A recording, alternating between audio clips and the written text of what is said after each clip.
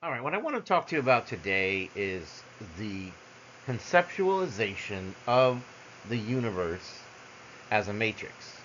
And I don't mean necessarily the same matrix that you may have seen in the movies, like those made by the Wachowskis, right?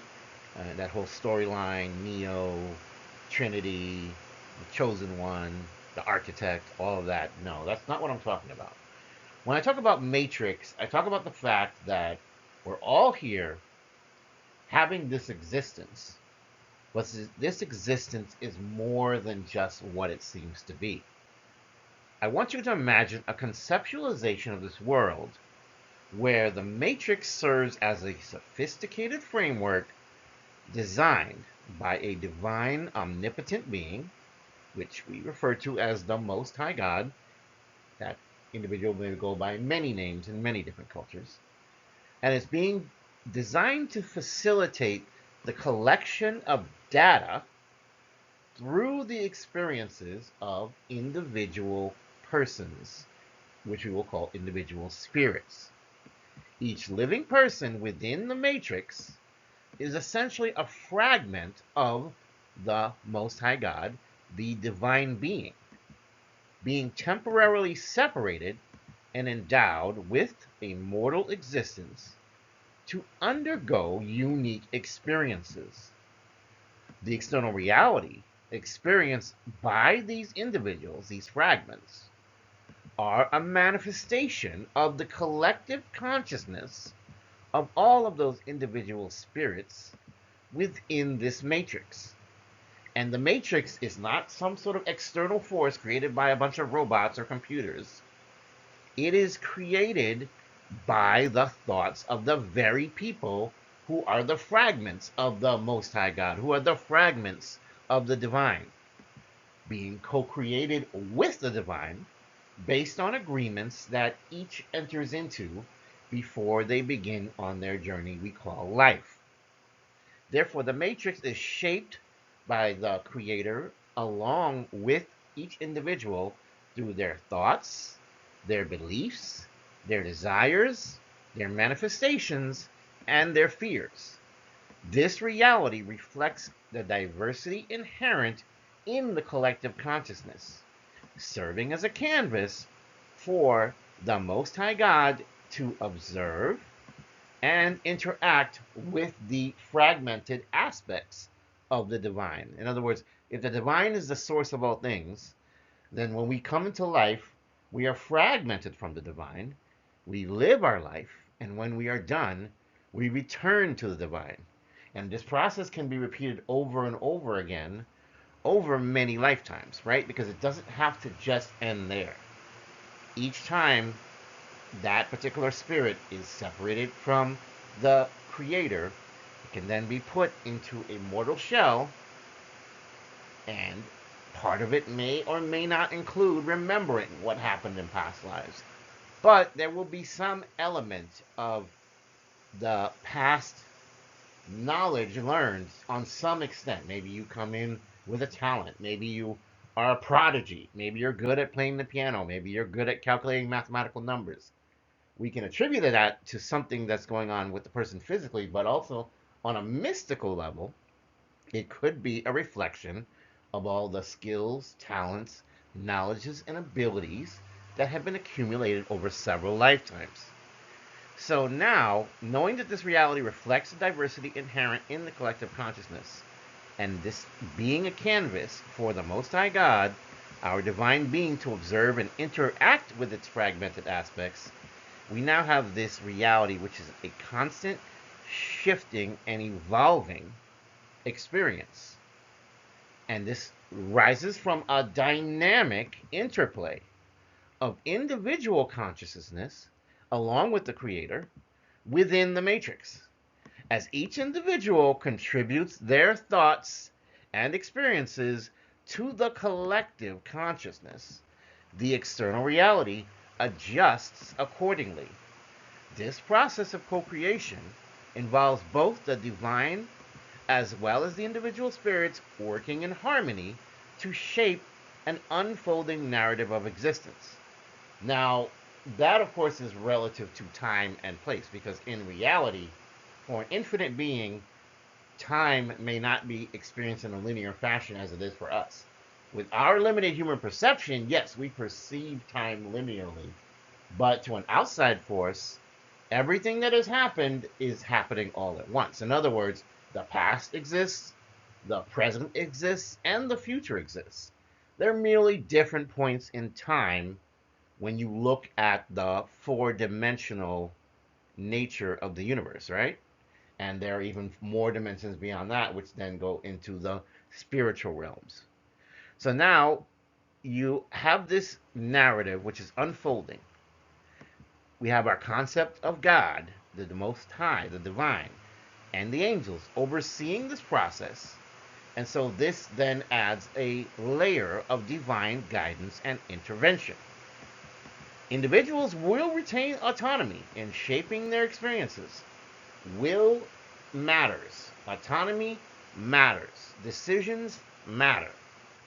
But they are also influenced by the divine presence, which seeks to guide them towards becoming better versions of themselves, seeking and realizing higher truths, and experiencing spiritual growth.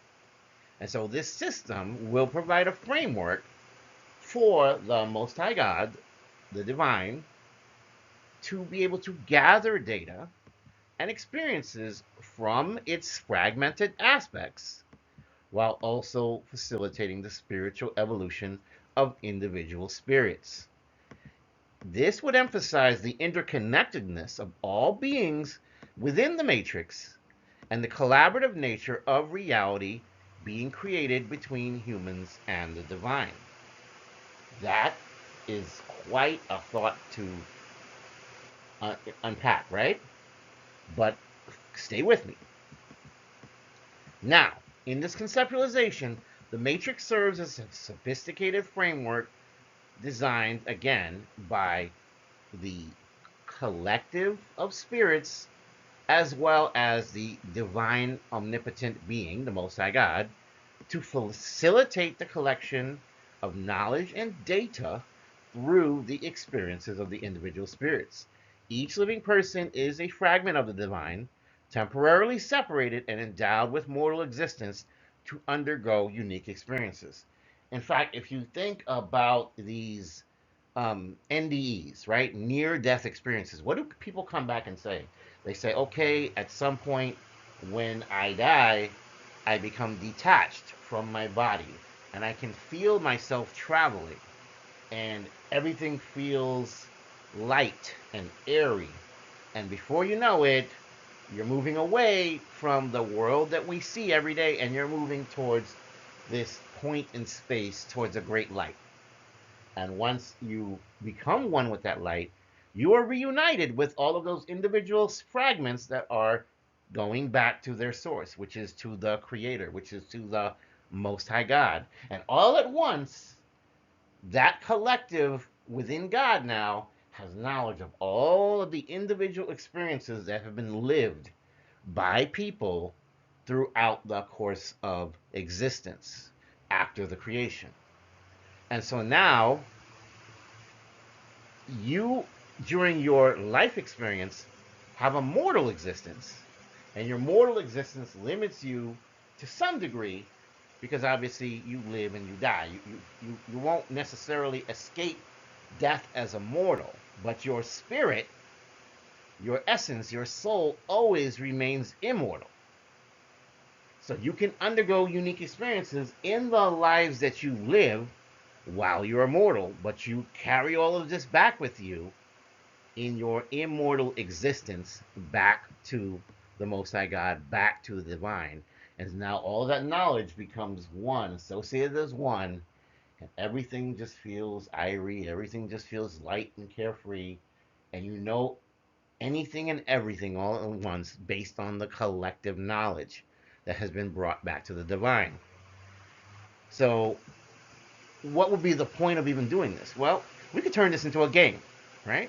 If we turn this life journey into a game with each individual having entered into an agreement before birth with what life goals, purposes, and experiences each spirit that is fragmented from the divine will undergo.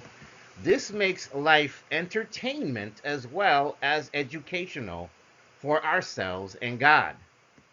The external reality experienced by individuals as individual spirits, fragments of the Most High God, becomes a manifestation of the collective consciousness of all those within the matrix, shaped by their thoughts, by their beliefs, by their desires, and their fears, as observed by God and the angels.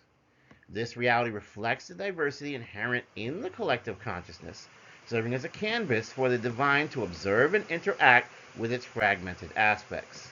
Even torture, abuse, premature death, tragic events, all of these things, however terrible and horrendous they might seem to us in mortal form, are still experiences that are worth experiencing. And so, to that degree, we have to realize that this is a journey. This is a journey, and within this journey, we've agreed to go through certain things, for better or for worse. At this point in time, everybody would say, I don't want to go through that. I don't want to lose an arm. I don't want to lose a leg. That sounds terrible. I don't want to be abused. I don't want to be tortured. I don't want to be killed and eaten. So many horrible, horrible things. Burned in a fire, in a building, unable to escape. Maybe jumping out of a building to get away from something far worse. But, then you experience a tragic fall and eventual death as you hit the pavement, right? Terminal velocity. These things are horrifying. But nonetheless, what are these things to immortal souls? What are these things to immortal spirits? Once the experience is over, it's over. And the memories linger. But once you are reunited with the divine, it doesn't become the same as it is as when we're undergoing this mortal existence. We are no longer constrained to the psychology of being mortal. We no longer constrained to the mental health effects of observing such horrendous things. We are always observing, we are always recording, we are always expanding, right? So this external reality is going to keep adjusting accordingly based on the collective consciousness and the divine working together in a co-creation process, right? So now, with the divine and the individual spirits working in harmony, we shape this narrative of existence. And any game needs challenges. So what kind of challenges could there be? Well, we would have challenges like the devil and various demons. But of course, while much has been made ado of seeing these in books and movies as these horrifying creatures capable of horrific things, torture and claws and night terrors and being able to skew people and roast them in a fire, it doesn't have to be that complicated, right? In other words, people experience things like sadness, fear, loss of hope, depression, mental illness, psychosis, sociopathy, sickness, cruelty, greed, and other things that maybe have traditionally over time been clarified as sins, right? In other words, too much of gluttony, too much of obsession, too much of wanting to do things that completely go against our psychological norms, right? These things are, in fact, individual spirits somehow being taken off path by forces that are antagonistic, right? If we are the protagonists, the antagonists are pushing us down another path. But it's still, all in all, an experience to experience. No matter how terrible or horrendous it might be, it may be nonetheless part of the collective experience that people must go through. Within the ability to have free will, within the ability to have autonomy, right, is the ability to do good or bad, is the ability to do things which are wonderful and things which are absolutely despicable. So, if we explain this further, right, we realize that the system provides a framework for the divine to continue to work with us in this shared experience to gain wisdom and knowledge and clarification. And so this comprehensive conceptualization allows us to realize that life within the matrix is a profound journey of spiritual growth and self-discovery. It's orchestrated by the divine, the omnipotent, for both educational as well as entertainment purposes. Before birth, each individual spirit, as fragmented from the divine, willingly enters into an agreement, defining life goals, purposes, and experiences. These agreements form the basis for the unique life paths that individuals will undertake during their mortal existence.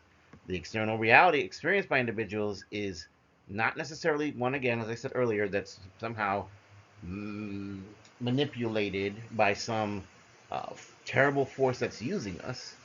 Rather, it is based on the agreement between ourselves and the divine to create a collective manifestation of the consciousness of all beings within the matrix. This reality continues to be shaped by the thoughts, beliefs, desires, dreams, and fears of its inhabitants, and it serves as a dynamic canvas for us to learn and grow and somehow become better versions of ourselves as we continue to avoid low vibrational practices and aspire to higher vibrational practices, the greatest and most powerful form of energy.